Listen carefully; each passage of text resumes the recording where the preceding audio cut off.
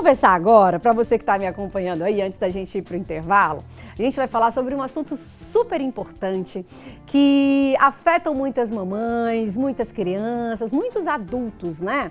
Algumas pessoas com o transtorno do espectro autista enfrentam muitos desafios relacionados à comunicação e à fala.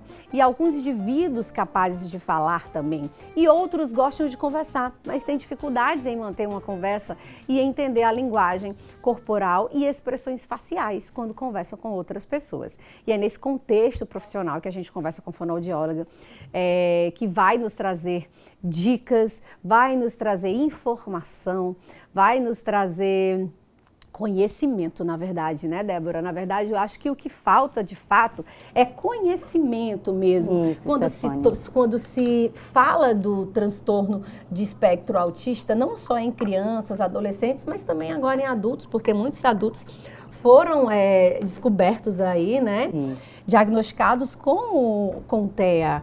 E foi até um assunto que a gente já trouxe aqui há alguns dias atrás, porque que tantos adultos, depois de já numa fase de família, de uma vida já feita, se diagnosticou-se com TEA, né? Isso. Então é algo que é muito presente. Muito presente. Né? Bom dia, Bom dia, telespectadores. bem-vinda, tá? Obrigada, muito obrigada.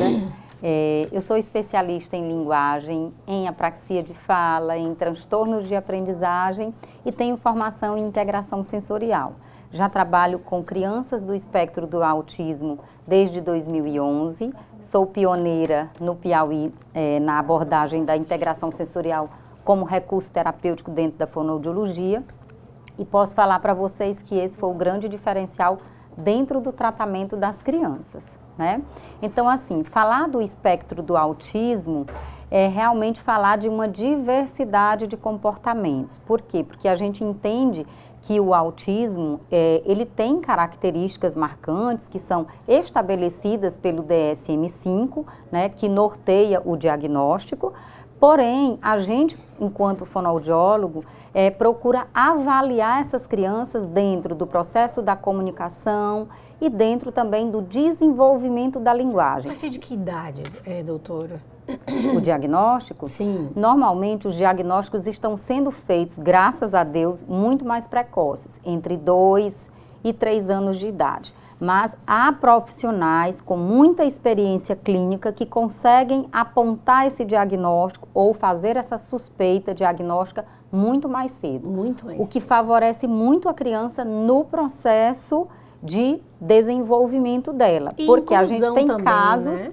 A gente tem casos de crianças que estão diagnosticadas ou que suspeitaram muito cedo e que começaram a intervenção precoce e que estão com o desenvolvimento aos 5, 6 anos bem próximas de uma criança típica. Ai, né? Que bacana. Como você falou, Estefânia, em relação à inclusão, essa conscientização, essa informação sendo mais divulgada, estando mais estabelecida no meio social e entre as famílias e principalmente nas escolas, que vai favorecer com que essas crianças estejam incluídas de fato, onde a gente possa trazer acesso ao aprendizado, porque eu trabalho com transtorno de aprendizagem e a gente vê que as crianças com autismo vão ter alguns déficits nesse começo do processo de alfabetização, mas que isso é possível desde que você inclua a metodologia correta para fazê-las aprender. E isso é muito importante. A gente tem um VT para compartilhar com você, que você está nos acompanhando.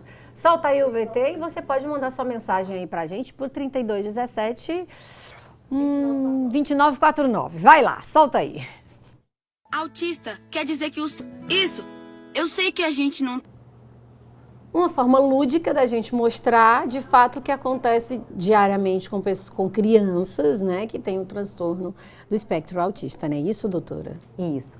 Quanto mais a gente inclui essas crianças dentro de um processo lúdico, onde a gente use brinquedos, onde a gente use algo do interesse da criança, mais fácil será para essa criança engajar e mais fácil será para essa criança manter a atenção compartilhada, se manter focada de maneira atenta ao desenvolvimento daquela atividade. Olha só, uma criança diagnosticada, quais os primeiros procedimentos dos pais em relação aos costumes das crianças em casa? Pergunta de telespectador. Tá, pode repetir? Uma criança diagnosticada com TEA, quais os primeiros procedimentos dos pais em relação aos costumes da criança em casa? Acho que quem já tem crianças em casa e uma criança acabou de ser diagnosticada.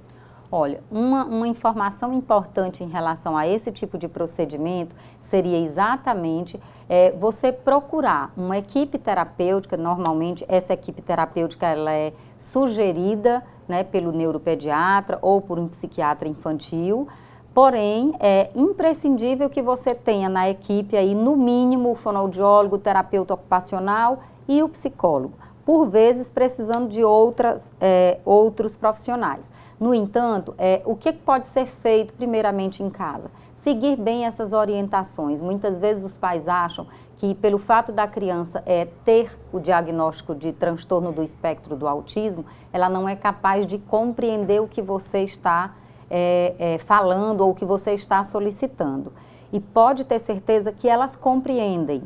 Muitas vezes elas não conseguem comunicar ou não conseguem dizer o que estão sentindo, não conseguem falar o não, ou não conseguem manifestar alguma coisa que queiram comer ou que queiram fazer.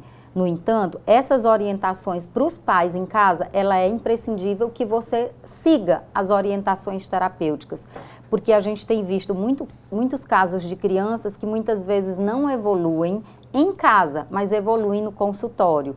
E aí a gente sempre fala que quando a criança evolui no consultório e ela não evolui em casa, é porque muitas vezes as orientações não estão sendo seguidas em casa. Entendi, doutora. Olha, a gente tem mais perguntas aí para ser compartilhadas com você que está nos acompanhando. Você pode continuar mandando a sua mensagem. Vamos aí para a próxima pergunta antes da gente ir para o intervalo. A gente está com o nosso tempo corrido, mas a gente vai tentar responder o máximo. Em que momento é indicado procurar ajuda de uma fonoaudióloga para a criança com autismo? No início, né, doutora? Bem no início, Bem quanto no mais início. precoce. Inclusive, tem o caso de uma criança que eu trouxe aqui um vídeo, chamada Letícia. Ela veio para mim com 1 ano e 6 meses, mais ou menos. Ela não falava, ela só chorava. E a mãe, como era bem informada, já tinha um filho e começou a desconfiar. Não, tem alguma coisa de errado aqui com ela. Então, deixa eu procurar. E ela me procurou ali exatamente no período da pandemia, né? Muito desesperada, ela, o marido, a família e tal. E assim, essa criança, bem no início, quando você começa a intervir precocemente, você vai aproveitando o quê? As janelas de aprendizagem, a neuroplasticidade. Então, essa criança ainda está com conexões cerebrais ali muito ativas, prontas para serem estimuladas. Gente, que maravilhosa a doutora aqui hoje para trazer. Você tem que voltar mais, doutora, para a gente conversar. A gente está conversando de uma forma tão leve que deixa um assunto pesado, sendo recebido pelos nossos telespectadores, assim, com uma informação, né? E desmistificando algo para as mamães, para os papais, né? Que tem um certo medo quando se trata desse assunto, né?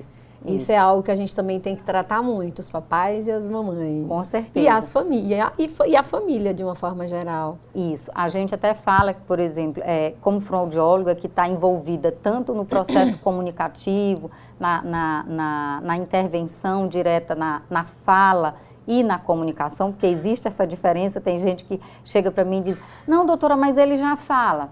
Tá, ele fala, mas ele não se comunica, né? Então, assim, ele fala uma porção de palavras soltas, ele até forma uma frasezinha pequena, lá de 2, 3 palavras, no entanto, ele não sabe direcionar para você quando quer comer, quando quer dizer, mamãe, pega esse brinquedo para mim, mesmo que seja com apoio gestual, mamãe, né?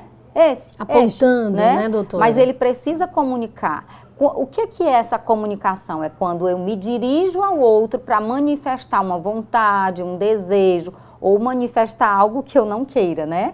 Mas eu preciso estar interagindo com o outro, eu preciso ter essa troca, essa participação.